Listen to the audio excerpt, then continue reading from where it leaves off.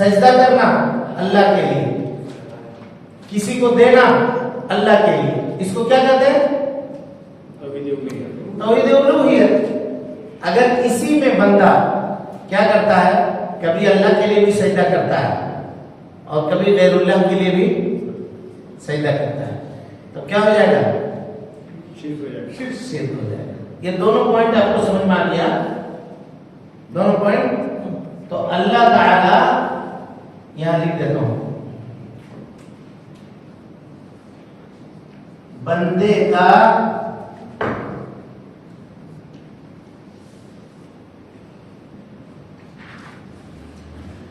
اپنے سارے اعمال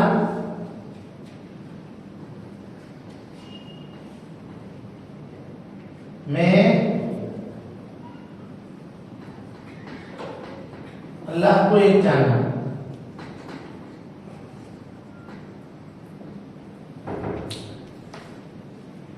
ہم جتنا عمل انجام دیں اس میں اللہ کو اکیلے سمجھیں، کسی کو شریک نہیں ٹھہرائیں۔ ہمارا کام عبادت، عبادت کس کے لیے کرتے ہیں؟ خاص اللہ کی۔ اچھا، توحید ربوبیت بیان کر کے اللہ تعالیٰ توحید الوہیت پہ بولیے، توحید الوہیت پہ دلیل پکڑتا ہے، توحید الوہیت پہ دلیل پکڑتا ہے۔ یہاں ایک بات دیکھیے، ذرا غور سے سمجھیے گا اس مسئلے کو۔ آج لوگ یہ کہتے ہیں کہ پوچھیے گا روزی کون دیتا ہے، تو کہیں گے اللہ دیتا ہے۔ اولاد کون دیتا ہے، تو کہیں گے اللہ دیتا ہے۔ یہ چیز مشرکین بھی کہتے تھے، روزی اللہ دیتا ہے۔ قرآن مجید میں اللہ نے فرمایا تم کو آنکھیں کس نے دی، کہتے تھے اللہ نے۔ سننے کی صلاحیت کس نے دی، کہتے تھے اللہ نے۔ پھر ان کو مشرک کیوں کہا قرآن نے، پھر ان کے ساتھ جنگ کیوں لڑی گئی، بتائیے؟ وہ اللہ سے بھی ولیوں کے ذریعے سے مانتے تھے، یہ نیک لوگ ہے، یعنی ربوبیت میں اللہ کو خالص مانتے تھے، الوہیت میں آ کے پھنس جاتے تھے۔ سارا جھگڑا مشرکین میں اور صحابہ کرام میں توحید الوہیت میں تھا، ربوبیت میں کوئی جھگڑا نہیں تھا، ربوبیت میں کوئی جھگڑا نہیں تھا۔ اسی کو اللہ نے کہا ہے کہ تم اللہ کے علاوہ جن کو پکارتے ہو وہ مکھی کا ایک پر بھی بنا کر کے نہیں لا کے دے سکتے۔ اور سب مانتے ہیں، ہم بھی آپ بھی مانتے ہیں، اللہ کے علاوہ کوئی مکھی کا ایک پر بھی بنا سکتا ہے کیا؟ نہیں بنا سکتا۔ مچھر کو پیدا نہیں کر سکتا کوئی دوسرا، مچھر مر جائے تو اس کو زندہ نہیں کر سکتا ہے کوئی دوسرا، اللہ رب العالمین کے علاوہ۔ معاملہ آ کے پھنستا ہے کہاں پہ؟ الوہیت، جس کو توحید عبادت بھی کہتے ہیں۔ اس کو کیا کہتے ہیں؟ توحید عبادت۔ الوہیت کا مطلب توحید عبادت، اور عبادت جب بولیے گا تو اس سے معنی آپ کو سمجھ میں آ جائے گا کہ بندے کا اپنی تمام عبادتوں کو اللہ رب العالمین کے لیے انجام دینے کا نام توحید کیا ہے؟ توحید الوہیت ہے۔ توحید ربوبیت، اللہ کے اس کے کاموں میں، اللہ کو اس کے کاموں میں اکیلا ماننا۔ توحید الوہیت، بندے کو اپنے ساری عبادتیں اللہ رب العالمین کے لیے انجام دینا۔ سمجھ میں آ گئی بات کہ نہیں آئی؟ ہاں۔ اب یہاں ایک اور توحید ہے، اس کا تذکرہ مصنف نے نہیں کیا ہے کتاب میں، ہم لوگ کتاب میں اس کا تذکرہ نہیں ہے۔ اس کو سمجھیے توحید اسماء اور صفات، اسماء اور صفات لکھ لے رہے ہیں تاکہ تقسیم مکمل ہو جائے۔ توحید اسماء اور صفات،